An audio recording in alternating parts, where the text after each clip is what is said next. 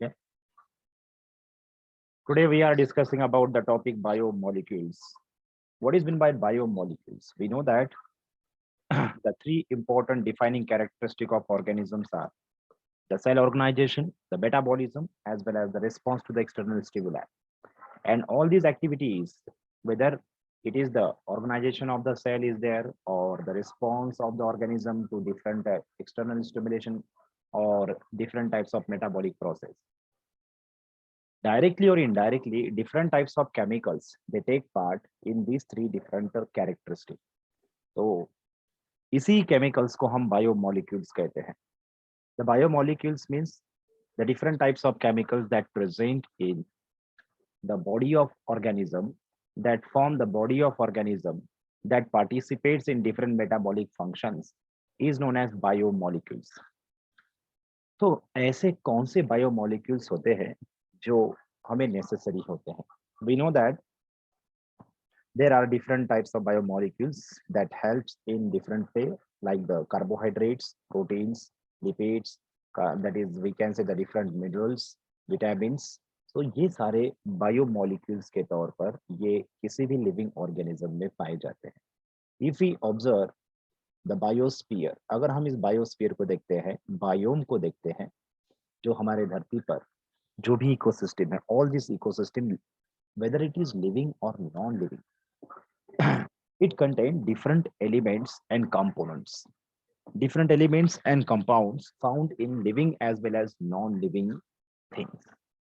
और इसकी पहचान हम कैसे कर सकते हैं? Okay, how we come to understand the body of living as well as non-living thing is consist of the different types of the elements and compounds. और आगे जाकर सी ये तो हमें पता चला कि ये जो लिविंग और नॉन लिविंग थिंग है, इनमें डिफरेंट एलिमेंट्स और कंपाउंड्स पाए जाते हैं. और जो लिविंग थिंग में ये डिफरेंट एलिमेंट्स और कंपाउंड जो होंगे उसे हम बायोमोलिक्यूल्स कहेंगे. The same type of elemental composition can be seen in living as well as the non living thing. अगर हम एलिमेंटल लेवल पर, जैसे कि आपने केमिस्ट्री में डिफरेंट तरह के टेक्निक सीखे होंगे, okay, distillation, fractional distillation, NMR technique, okay, nuclear, that is nuclear magnetic resonance technique, okay, then infrared वगैरह वगैरह. So बहुत सारे जो टेक्निक्स है, that is X-ray crystallography, structure etcetera etcetera. तो इन डिफरेंट टेक्निक्स की वजह से हम डिफरेंट तरह के कंपाउंड्स, एलिमेंट्स, लिविंग और नॉन लिविंग में पाए जाने वाले जो कंपाउंड्स है, एलिमेंट्स है, उन्हें हम आइडेंटिफाई कर सकते हैं. Okay, so how we come to know the living and non-living thing there, they contain the same type of the components. अगर हम धरती का एलिमेंटल कॉम्पोजिशन करेंगे, अर्थ क्रस्ट का, तो हम ये पाएंगे कि जो नॉन लिविंग थिंग में यानी अर्थ क्रस्ट में जो एलिमेंट होते हैं वही उसी तरह के एलिमेंट्स ये लिविंग थिंग में भी पाए जाते हैं. मगर डिफरेंस क्या है? डिफरेंस है तो उनके कॉम्पोजिशन का, उनके कॉन्सेंट्रेशन का. ठीक है, तो ये concentration, if we see, if we compare living and non-living components, then the carbon and hydrogen element are most dominantly present in living components, in living thing, as compared to the earth crust. जब elemental composition study किया गया earth crust और living components के बीच में, living thing के बीच में, तब ये पाया गया कि लिविंग थिंग्स में कार्बन और हाइड्रोजन विद द ऑक्सीजन, ये जो एलिमेंटल कॉम्पोजिशन है, ये लिविंग थिंग में सबसे ज्यादा पाए जाते हैं. So then how we come to analyse this different chemical composition. Okay, तो किस तरह से हमें पता चला कि दो डिफरेंट तरह के मीन्स जो केमिकल कॉम्पोजिशन होते हैं वो लिविंग और नॉन लिविंग में सेम टाइम के होते हैं? ऐसे हमें कैसे पता चला, कैसे हमने पता लगाया इस चीज का? सो पहला पॉइंट हम इसे कवर करेंगे अभी इस वक्त, that is the how to analyse the different chemical composition in living system. Okay, और इसी पर से जो डॉक्टर राव है, इन्होंने जो अपनी बुक में जो पब्लिश किया है उसका जो कंपैरेटिव अकाउंट है different elements found in living thing और नॉन लिविंग थिंग, इसका हम कंपैरिजन भी करेंगे. ठीक है, so how to come to analyze the chemical components present in living and non-living thing. हम लिविंग थिंग के बारे में यहाँ पर डिस्कस करते हैं। तो जैसे कि प्लांट्स, एनिमल्स, माइक्रोब्स, इनमें जो डिफरेंट कॉम्पोजिशन है, इनमें किस तरह के एलिमेंट्स, बायोमोलिक्यूल्स, माइक्रोमोलिक्यूल्स, मैक्रोमोलिक्यूल्स पाए जाते हैं, ये हम कैसे पता लगा सकते हैं? Then if we have to take the samples of the plants or animal tissue part, and these tissue part, plants or animal tissue part, it is crushed in mortar and pestle in the solution that is trichloroacetic acid. जो trichloroacetic acid है solution है, इसमें हमें plants और animals जो है, इनमें से किसी जो सैंपल हमें लेना है, उनके टिश्यू को हम अच्छे से मॉर्टर एंड पिस्टल से क्रश करेंगे, और क्रश करने के बाद हमें स्लरी मिलेगी। ओके, और इसे हम फिल्टर कर लेंगे, और फिल्टर करने के बाद after filtration we will get the two different layers. तब हमें दो डिफरेंट लेयर मिलेंगे। एक ऐसा लेयर होगा जो ट्राइक्लोरोएसिटिक एसिड में डिसॉल्व रहेगा, और वो यहाँ पर नीचे फिल्टर आउट हो जाएगा, जो इस छोटे से कंटेनर में वो कलेक्ट हो जाएगा। और इस फिल्ट्रेट के, इस मसलिन क्लॉथ के ऊपर जो भी कंपोनेंट रहेगा, ओके, उससे हम दैट इज रेटेनेंट कहेंगे, जिसे हम एसिड इनसोल्यूबल सब्सटेंस कहेंगे। जो इस फिल्ट्रेट में आया है उसे हम एसिड सोल्यूबल फिल्ट्रेट कहेंगे, और जो फिल्टर नहीं हो पाया है उसे हम रेटेनेंट या फिर एसिड इनसोल्यूबल कंपोनेंट कहेंगे। ओके, फिर अब इसका क्या करना है? After analysing the acid soluble and acid insoluble component, after this experiment, then we come to know that the acid soluble filtrate, it contain the low molecular weight components. That compounds are known as the micromolecules.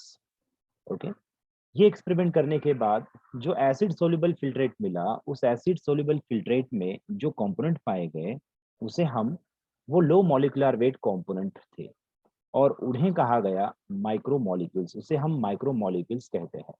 और जो इस रेटिनेंट में या फिर acid insoluble component जो इस cloth में या फिल्ट्रेट में यहाँ पर ऊपर इस फिल्ट्रेट में जो नहीं आएगा, जो इस फिल्टर में ही रहेगा, उसे हम एसिड इनसोल्यूबल कंपोनेंट कहेंगे। और उसमें पाए जाने वाले कंपोनेंट जो है वो बहुत ही ज्यादा हाई मॉलिक्यूलर वेट के होने के कारण वो फिल्टर नहीं होंगे।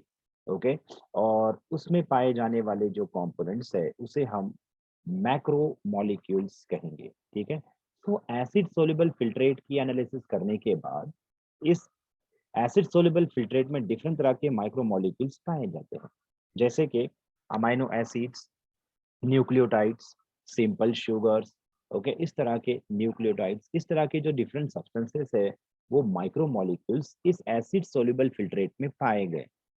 और जो एसिड इनसोल्यूबल कंपोनेंट था, उसमें जो कंपोनेंट पाए गए थे, वो that is protein, lipids, carbohydrates, DNA, RNA, that is polysaccharides we can say, वो पॉलीमेरिक फॉर्म थे।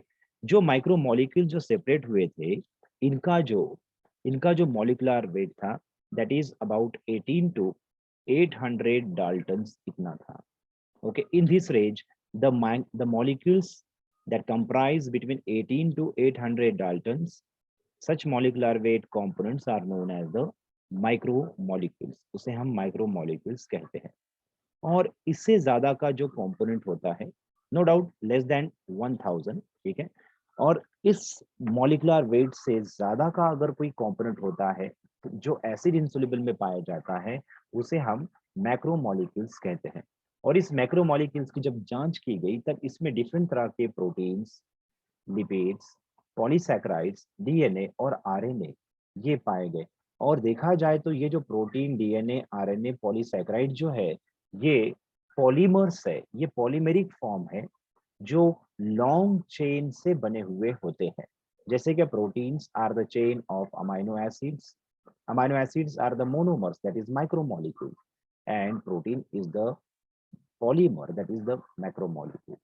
Then DNA and RNA are the macromolecules, they are the polynucleotide chain.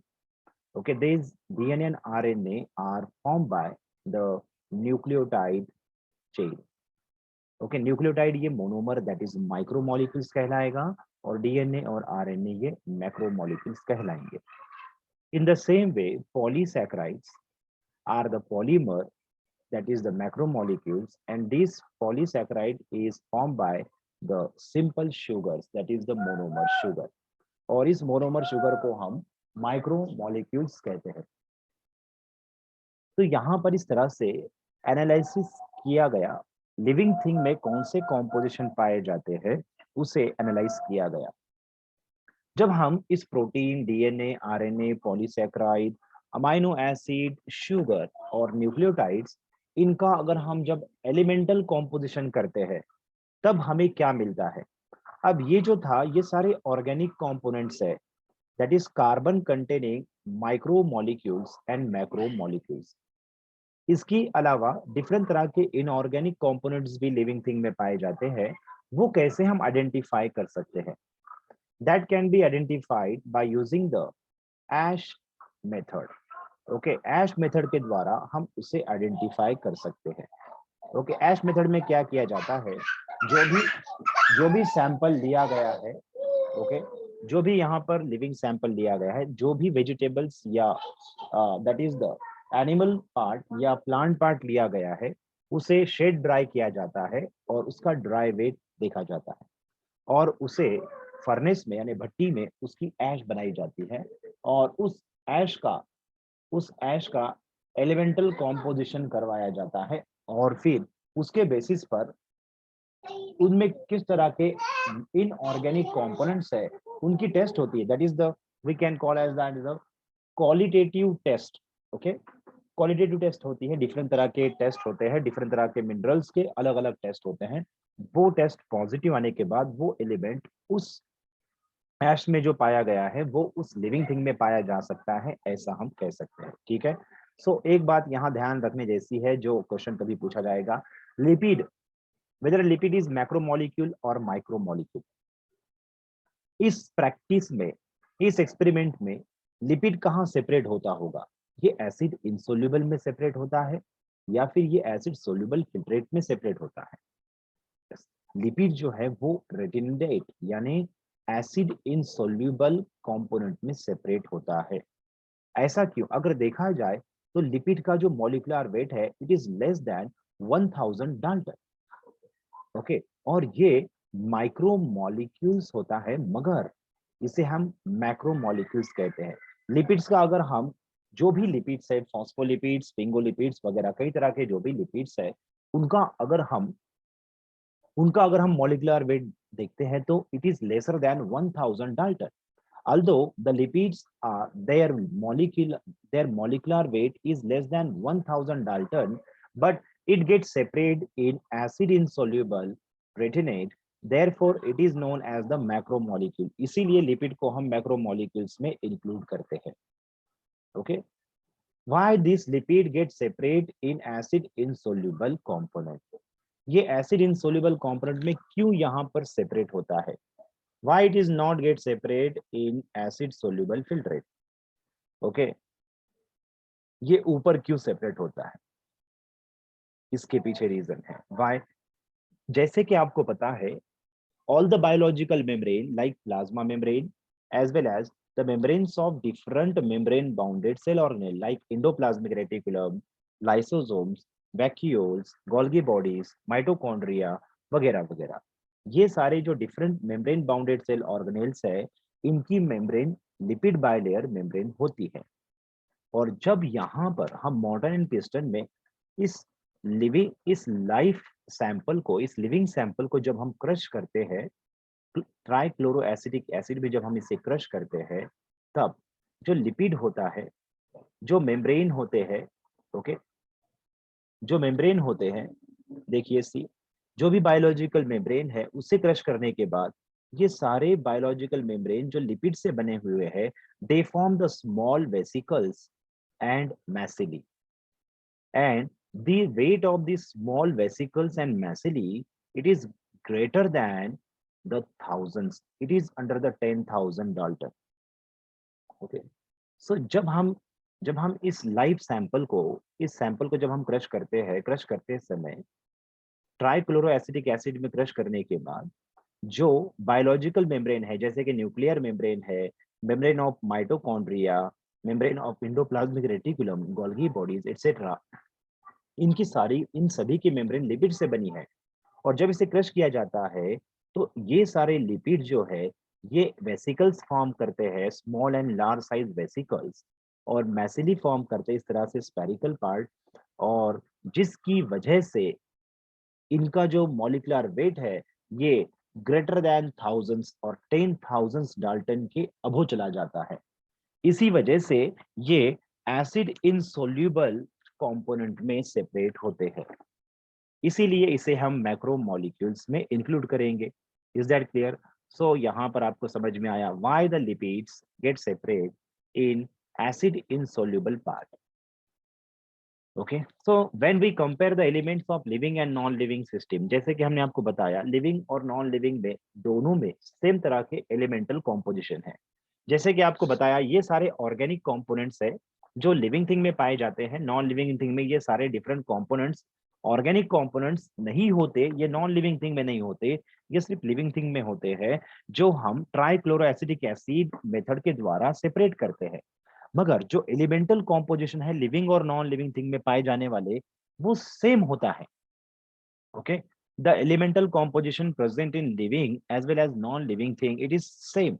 Earth crust में और ह्यूमन बॉडी में पाए जाने वाले जो different तरह के जो एलिमेंट्स है वो नियर अबाउट सेम है। CHO, N, NS, that is Pb होता है, sodium, calcium chloride, magnesium, silicon etcetera. तो अर्थ क्रस्ट और ह्यूमन बॉडी दोनों में सेम तरह के एलिमेंट्स पाए जा रहे हैं। ओके, जैसे सेलेनियम वगैरह भी है, ठीक है। मगर देखा जाए तो what are the important element that richly present in human body as compared to the earth crust? This, that is CHO, and they are CHO, carbon hydrogen oxygen elements are most dominant element in human body. Okay, so इस वजह से that is the human body और ये जो CHO है यही मिलकर कई तरह के बायोमोलिक्यूल्स बनाने में पार्टिसिपेट करते हैं। ओके, इसीलिए ह्यूमन बॉडी में CHO they are most dominant one. Okay, इतना ही नहीं बल्कि जो डिफरेंट तरह के जो मिनरल्स है उस मिनरल्स को भी अगर देखा जाए लिविंग और नॉन लिविंग कंपोनेंट्स में, तो sodium, potassium, calcium, magnesium, water and different compounds, that is different तरह के सॉल्ट्स जो है, salts of carbonate means calcium carbonate, that is sodium chloride, then phosphate, sulphate etcetera. तो ये सारे जो डिफरेंट कंपोनेंट्स है, मिनरल्स और कंपाउंड्स है, इनऑर्गेनिक कंपाउंड्स है, ये लिविंग और नॉन लिविंग दोनों में पाए जाते हैं। तो इस तरह से अब ये इनऑर्गेनिक कंपाउंड को हम कैसे आइडेंटिफाई करते हैं? This inorganic constituent present in living system, it can be identified by using the ash analysis। उस लिविंग सैंपल को ऐश में कन्वर्ट करना होता है और उस ऐश में पाए जाने वाले जो भी ऑर्गेनिक कंपोनेंट्स है वो बर्निंग करते समय ऑर्गेनिक, वो सारे के सारे ऑर्गेनिक कंपोनेंट बर्निंग करते समय वाटर और कार्बन डाइऑक्साइड के फॉर्म में वो सारे रिलीज हो जाते हैं। ये बात याद रखना, ठीक है। तो यहाँ पर आपको समझ में आ गया कि how to how we come to know the different organic components present in living part, that is living plant as well as animals. Then what are the similar components, elements, minerals present in living as well as non-living system? चलिए तो next one हम discuss करते हैं, next point इस chapter का, that is primary and secondary metabolite. What is mean by primary metabolites and secondary metabolite? Primary metabolites किसे कहेंगे और सेकेंडरी मेटाबोलाइट्स हम किसे कहेंगे? Primary metabolites are the different biomolecules or compounds that take part in growth, metabolism, and very essential basic processes of organism. Like that is the protein synthesis, DNA synthesis, photosynthesis, respiration, excretion, etc. तो different तरह के like the amino acid, that is RNA synthesis, DNA synthesis, protein synthesis, lipid synthesis. तो ये जो सारी चीजें हैं ये सारे हमारे प्राइमरी मेटाबोलाइट्स कंपोनेंट कहलाते हैं। जैसे डिफरेंट तरह की अमाइनो एसिड्स वो क्या करते हैं, अमाइनो एसिड से क्या फॉर्म होता है, protein. The different amino acids they form the protein. Okay, see here, so amino acids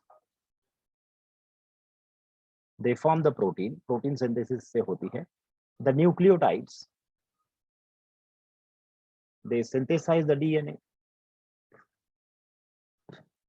the different sugars it form the polysaccharide. Okay, then all these metabolites are known as the primary metabolites. जो protein, DNA, RNA, polysaccharides, then different sugar means monomers and as well as the different polymers, they act as the metabolite. ये metabolite कहलाते हैं. Okay, metabolites, primary metabolites are those that take part in growth, development, as well as the reproduction, as well as different basic important processes of organism. जो basic process है organism की growth, development, reproduction और excretion, साथ ही साथ digestion etcetera, इन सब के लिए जो मेटाबोलाइट्स जो पार्टिसिपेट करते हैं उन सभी को हम प्राइमरी मेटाबोलाइट्स कहते हैं. ओके, सो ये सारे amino acid, nucleotide, sugar, minerals, that is vitamin, साथ ही साथ दैट इज हार्मोन्स एटसेट्रा, ये सारे प्राइमरी मेटाबोलाइट कहलाते हैं. जो भी कंपोनेंट हमारे रेस्पिरेशन में पार्टिसिपेट करते हैं, जो डिफरेंट तरह के शुगर है, अमाइनो एसिड्स होंगे, ऑर्गेनिक एसिड्स होंगे, जो भी डिफरेंट एंजाइम पार्टिसिपेट करेंगे, ये सारे प्राइमरी मेटाबोलाइट्स कहलाएंगे. Okay, then what is mean by secondary metabolites? Secondary metabolites, they do not, they are no doubt they are essential one. They help the organism in different way, but if they are absent, then the growth and development of organism does not get affected. Primary metabolites की कमी अगर होगी तो organism में growth और development पर effect होगा. वहीं अगर सेकेंडरी मेटाबोलाइट अगर कमी होगी तो भी ग्रोथ और डेवलपमेंट पर कोई इफेक्ट नहीं होगा. तो ये बेसिक डिफरेंस याद रखना है. प्राइमरी मेटाबोलाइट्स अगर नहीं होंगे तो ग्रोथ और डेवलपमेंट स्टॉप हो जाएगी, नहीं होगी. ओके, रिप्रोडक्शन नहीं होगा, डाइजेशन नहीं होगा, रेस्पिरेशन नहीं होगा, फोटोसिंथेसिस नहीं होगा. जो प्राइमरी मेटाबोलाइट्स हम इन सबको कहेंगे. सेकेंडरी मेटाबोलाइट किसे कहेंगे? अगर किसी लिविंग सिस्टम में वो अब्सेंट है तो जो प्राइमरी प्रोसेसेस है उन पर कोई इफेक्ट नहीं होता है. तो ऐसे कंपोनेंट्स को, ऐसे केमिकल्स को हम सेकेंडरी मेटाबोलाइट्स कहेंगे. ठीक है, तो कुछ एग्जांपल्स आपके जो एनसीईआरटी में दिए गए हैं वही कुछ इंपॉर्टेंट एग्जांपल जो है हम आपको यहाँ पर बता देंगे. ठीक है, जैसे कि देखिए, आपको पता है फोटोसिंथेसिस में कार्बन डाइऑक्साइड का रिडक्शन होता है और उससे ग्लूकोज सिंथेसिस होता है, और इस ग्लूकोज का इस्तेमाल रेस्पिरेशन में किया जाता है. और इसका मतलब जो कार्बन डाइऑक्साइड है, जो ग्लूकोज है, ये प्राइमरी मेटाबोलाइट्स है प्लांट्स और एनिमल्स के लिए. ठीक है, then specially plants, they reduce the carbon dioxide and produce the primary metabolites like the glucose. And this glucose, it undergo the different types of the metabolic pathway. Okay, like the glycerol phosphate pathway, mevalonic pathway, malonate pathway, aliphatic amino acid synthesis, as well as Shikimate pathway to produce different secondary metabolites. ये जो alkaloids है, polyphenolic compounds है, okay, और that is terpenoids है, that is isoprene unit से बनता है. तो ये सारे जो components है, जो यहाँ येलो बैकग्राउंड में जो आपको नजर आ रहे हैं, इन सभी को हम सेकेंडरी मेटाबोलाइट कहते हैं, क्योंकि दे does not affect on the primary growth and development of organism. ये प्लांट की किसी प्राइमरी ग्रोथ पर कोई इफेक्ट नहीं करता है. ये ना हो तो भी कोई इफेक्ट नहीं होगा प्लांट पर. प्राइमरी मीन्स प्राइमरी मेटाबॉलिज्म पर कोई इफेक्ट नहीं होगा. जैसे कि फोटोसिंथेसिस और रेस्पिरेशन, ये प्राइमरी मेटाबॉलिज्म कहला सकते हैं. ठीक है, देन सेकेंडरी मेटाबोलाइट्स क्या होते हैं? सी, अब जैसे कि यहाँ पर डिफरेंट तरह के पिगमेंट्स हैं. Carotenoids is the secondary metabolite, but chlorophyll are the primary metabolites. क्योंकि without chlorophyll pigment photosynthesis possible नहीं है, मगर विदाउट कैरोटिनॉइड्स फोटोसिंथेसिस हो सकती है. Then anthocyanin pigment. Anthocyanin pigments are the water soluble pigments present in the petals. Okay, जो petals में पाए जाते हैं. ओके, इसके ना होने से कोई इफेक्ट नहीं होगा. अगर एंथोसायनिन पिगमेंट नहीं होंगे तो फ्लावर कलर व्हाइट हो जाएगा.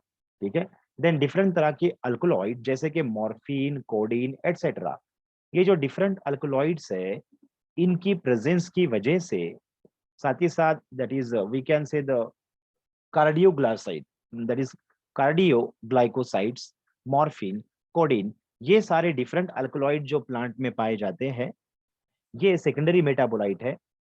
ये अगर प्लांट्स में ना हो तो प्लांट पर कोई इफेक्ट तो नहीं होगा, प्लांट की ग्रोथ डेवलपमेंट पर कोई इफेक्ट नहीं होगा। हाँ, ये जो अल्कलॉइड्स है, ये डिफरेंट एनिमल्स और इंसेक्ट को उस प्लांट से दूर रखेंगे, क्योंकि ये मॉर्फिन, कोडिन, कार्डियक ग्लाइकोसाइड्स और अदर डिफरेंट तरह के जो केमिकल्स है, वो प्लांट, वो एनिमल्स के लिए पॉइजन की तरह काम करते हैं या हानिकारक होते हैं। देन टर्पेनॉइड्स, मोनोटर्पिन्स, डायटर्पिन्स एटसेट्रा, ये प्लांट को प्रोटेक्शन देते हैं। देन एसेंशियल ऑयल्स जैसे कि लेमन, संतरा, नींबू, मौसम्बी वगैरह, ये जो डिफरेंट तरह के हैं, हेस्पेरिडियम टाइप ऑफ फ्रूट है जो रूटेसी फैमिली के मेंबर में पाए जाते हैं। ओके, इनमें इनकी जो रिंड होती है, उनकी रिंड में ऑयल होता है। Okay, geranyl oil. Then different तरह के toxins, abrin, ricin, ricinus communis, that is the, जिसे हम एरंड कहते हैं मराठी भाषा में, ठीक है। तो इससे, इसमें जो ऑयल होता है उसमें टॉक्सिन पाया जाता है, जिसे हम रेसिनस, रेसिन ऐसे कहेंगे। एब्रीन, जिसे हम मराठी में गुंज कहते हैं, उस गुंज के सीड्स में एब्रीन नाम का टॉक्सिन पाया जाता है, जो नर्वस सिस्टम पर दैट इज इफेक्ट कर सकता है।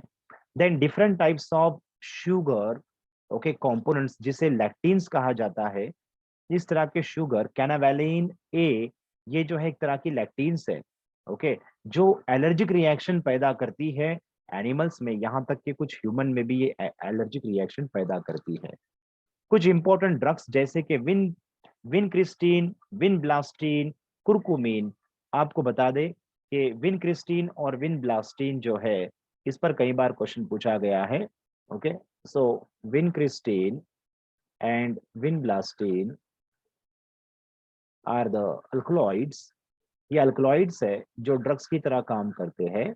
दे are isolated from the plant vinca rosea, और जो विंका रोजिया प्लांट है, ये ओल्ड नेम है, इनका जो न्यू नेम है दैट इज कैथेरैंथस रोजियस। ये क्वेश्चन पूछा गया है नीट में, कैथेरैंथस रोजियस। ओके, सीटी का ये फेवरेट क्वेश्चन है। तो इस प्लांट्स, इस प्लांट में से विनक्रिस्टीन, विनब्लास्टीन नाम के ये अल्कलॉइड आइसोलेट किए गए हैं, और ये एंटी कैंसरस प्रॉपर्टी शो करते हैं, vincristine and vinblastine. Okay, curcumin, curcumin it is isolated from curcuma longa. Curcuma आपको पता है that is the turmeric, curcuma longa हमारे घर में जो इस्तेमाल की जाती है, ओके, उसे हम हल्दी कहते हैं। इसमें कुर्कुमिन नाम का कंपोनेंट है, एक्टिव कंपोनेंट है, एंड दिस कुर्कुमिन ही it shows the healing property. Okay, ये जख्म को भरता है। ओके, और anti, that is anti microbial activity भी शो करता है। Okay, then the secretion of the plant, plant में जो डिफरेंट तरह के सिक्रीशन पाए जाते हैं, जैसे कि गम्स है, रेजिन्स है, रबर है वगैरह। ओके, तो जैसे कि you know that is the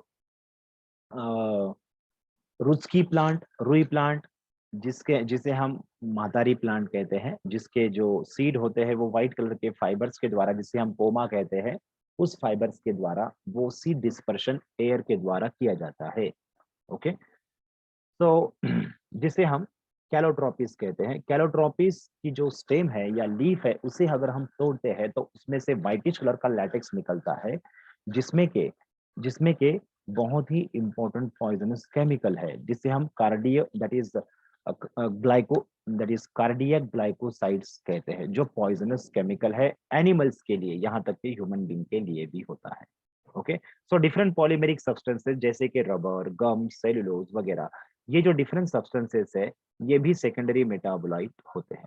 ठीक है, तो ये डिफरेंट तरह के सेकेंडरी मेटाबोलाइट्स होते हैं जो प्लांट्स में पाए जाते हैं। डिफरेंट तरह के प्लांट्स में ये सारे जो कंपोनेंट दिए हैं, ये सारे सेकेंडरी मेटाबोलाइट है जो प्लांट्स में पाए जाते हैं। तो आप सभी के लिए सवाल है, हमारे बॉडी में हमारे बॉडी में प्रोड्यूस होने वाला इंटरफेरॉन, हमारे बॉडी में प्रोड्यूस होने वाला इंटरफेरॉन, ये प्राइमरी मेटाबोलाइट है या नहीं है। साथ ही साथ antibodies produce in human body और animal body, whether these are the example of primary metabolite और सेकेंडरी मेटाबोलाइट, या फिर इनमें से कोई प्राइमरी मेटाबोलाइट है या नहीं है, या दोनों के दोनों प्राइमरी मेटाबोलाइट है या नहीं है, या दोनों भी सेकेंडरी मेटाबोलाइट है। ओके, तो इसके बारे में आपने सर्च करना है। ये क्वेश्चन कभी नहीं पूछा गया है, हो सकता है इस साल पूछ लिया जाए या किसी साल पूछ लिया जाए। ठीक है, so that is the very basic point. याद कीजिए, what is the difference between primary metabolite and secondary metabolite. Primary metabolites are those metabolites in the absence of which the primary functions of the plant or animal get affected. Okay. Secondary metabolite के होने या ना होने से ज्यादा उस plant को या उस एनिमल की जो प्राइमरी ग्रोथ और डेवलपमेंट है उसमें कोई इफेक्ट नहीं होता। ओके, सो इस क्वेश्चन के आंसर को ढूंढने की कोशिश कीजिए जो हमने अभी आपको बताया। ठीक है, तो अगला हमारा पार्ट होगा the study of different biomolecules. Okay, और इस बायोमोलिक्यूल्स में सबसे पहले हम डिस्कस करेंगे दैट इज द कार्बोहाइड्रेट्स के बारे में। ठीक है, तो बच्चों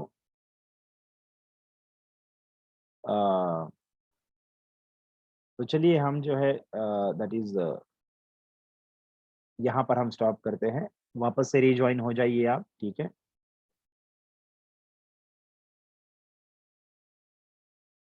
ओके, तो यहाँ पर हम स्टॉप